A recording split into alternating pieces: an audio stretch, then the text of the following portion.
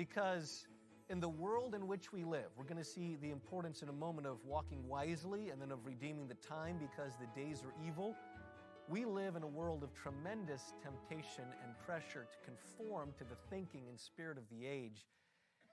And if we're not diligent, if we're not careful, if we're not circumspect, what will become is inconsistent. We'll have certain areas of our lives where we're living godly, or we'll have other areas of our life or moments of our lives where we're not. And this requires vigilance, it's intentional, it is diligent. If you think about a guard who is on duty, you want them to be awake and vigilant. In the world in which we live, we are not in the midst of a cruise or in the midst of a battle. We have to be diligent. So how are you going to thrive in 2024? Walk diligently.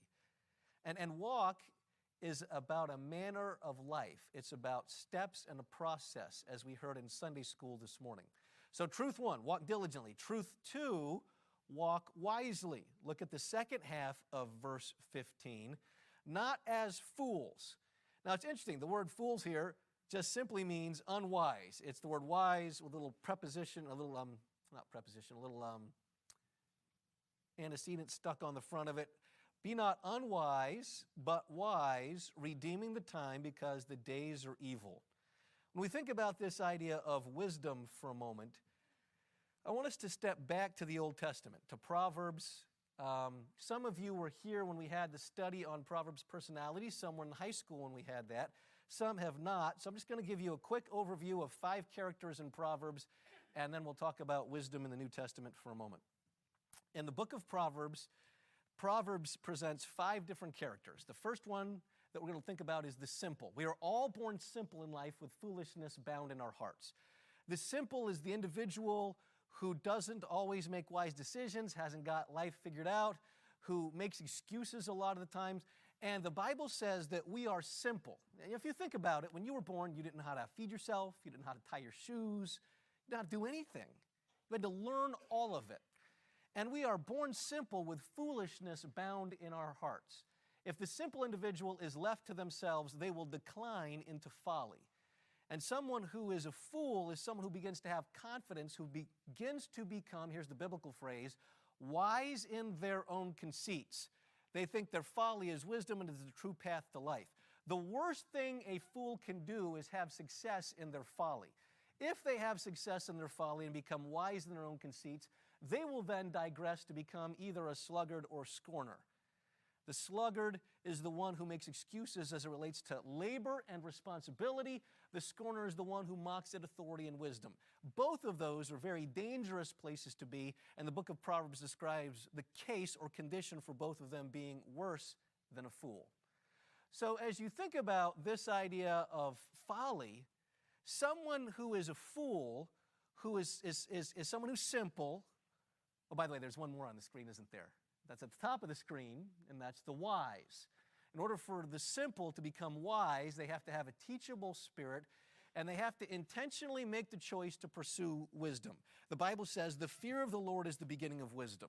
It starts with an acknowledgement of God, who He is, how He runs His universe, and since He's the creator and has ordered everything, if I want to succeed and do well in His universe, I need to understand who He is and how He runs it so I can align my life with His principles, because just like there are physical principles in the universe, we call them scientific laws. Doesn't matter what you think about gravity, it does exist, and if you ignore it, it is to your own peril. There are moral laws in the universe as well. And it doesn't matter if you think they're good, bad, or indifferent. They are there, and if you ignore them to your own peril. So the wise individual seeks to know God and makes the intentional choice to hear His word and truth and turn into wisdom. This is the nutshell of the book of Proverbs, a father giving his son instruction on how to move from being simple to wise and avoid the dangers of folly, sluggard, and scorner, and how to relate with all of these characters in life. It's a great study. We may do it again sometime. Okay, so there's the quick nutshell. So what is a fool then? A fool is someone who begins to trust in themselves. A fool is someone who despises wisdom and instruction. They count it of little value. Look with me, Proverbs 1:7. The fear of the Lord is the beginning of knowledge, but fools, everybody say the next few words with me, despise wisdom and instruction. Now, if we're honest, there have been times in life, all of us have played the fool. We didn't listen, we did it our way, and it hurt. You know, there's two ways to learn in life, with our ears or the hard way.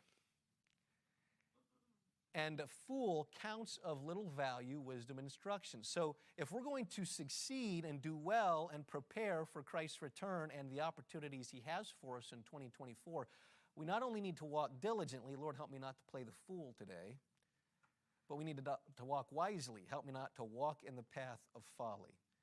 So if the fool is the one who despises wisdom and instruction, who counts it of little value, who is the wise then? In contrast, in the Old Testament, the wise is someone who uses knowledge to live skillfully. I actually skipped, I got this out of order just for a second. Let me give you, there are three types of fools in the book of in the Old Testament. The stupid fool, this is the fool that comes from the idea to make vile, the fool who has moral disregard. The corrupt fool, the dull person, the evil fool, the silly fool who's undesirable. So there's the corrupt, there's the one who lives like a natural brute beast dominated by the desires of the flesh and trusts in his own heart and believes he's right and resists God and hates and begins to reject correction. The characteristics of a fool, by the way, they are a literal or practical atheist. They live their life without reference or thought for God. Let me just pause for a second. There are probably not many people in the room, maybe none, that are literal atheists. I don't believe in God. I don't believe there's a God. You know, why would you be here if you were an atheist? But it is possible to be a practical atheist, to live your life without thought for God. How much do we seek His wisdom and counsel in prayer through His Word and talking to spiritually mature people when we seek to make a decision in life? How much time do we spend in prayer? How much time do we spend in His Word? How much fear of the Lord reigns in our hearts before we begin to fall into temptation and go, I don't want to do that. I want to please Him. I certainly don't want to be chastened by Him, or if you don't know the Lord, judged by Him. Yeah, I believe there's a God, but do I live like there's a God? Diligently, every day. So a fool is someone who's a literal or practical atheist. A fool is someone who is wicked or immoral. They're not restrained or guided by the law of the Lord and His principles of right and wrong. A fool is someone who has lying, slanderous, and empty speech. All of these are, by the way, characteristics described in the book of Proverbs. Well, how do I know if I am a fool or playing the fool? Well, these are the characteristics. Walk not as fools, but as wise. Unbridled anger. If you are ruled by your anger, if you're quick to explode, if you get angry at the slightest offense or infraction, only by pride cometh contention, but with the well-advised is wisdom. The proud individual is not one who is receiving a lot of advice. Unbridled anger. The fool is ashamed to others, particularly his parents in the book of Proverbs, the foolish son, because he's not doing what he should when he should. That's a foolish way to live. So in other words, if you bring embarrassment to the people that love you, you are perhaps playing the fool. The fool is self-righteous. Well, why? Because they're trusting their view of the world as opposed to being informed by God's view of the world. For the fool, sin is gain. Can I get away with it? Can I escape? I'll play with this temptation. I can control it. That was the folly of Israel in Judges chapter 1. The fool refuses correction. That leads, therefore, to poor decisions where the fool is consistently chasing empty dreams.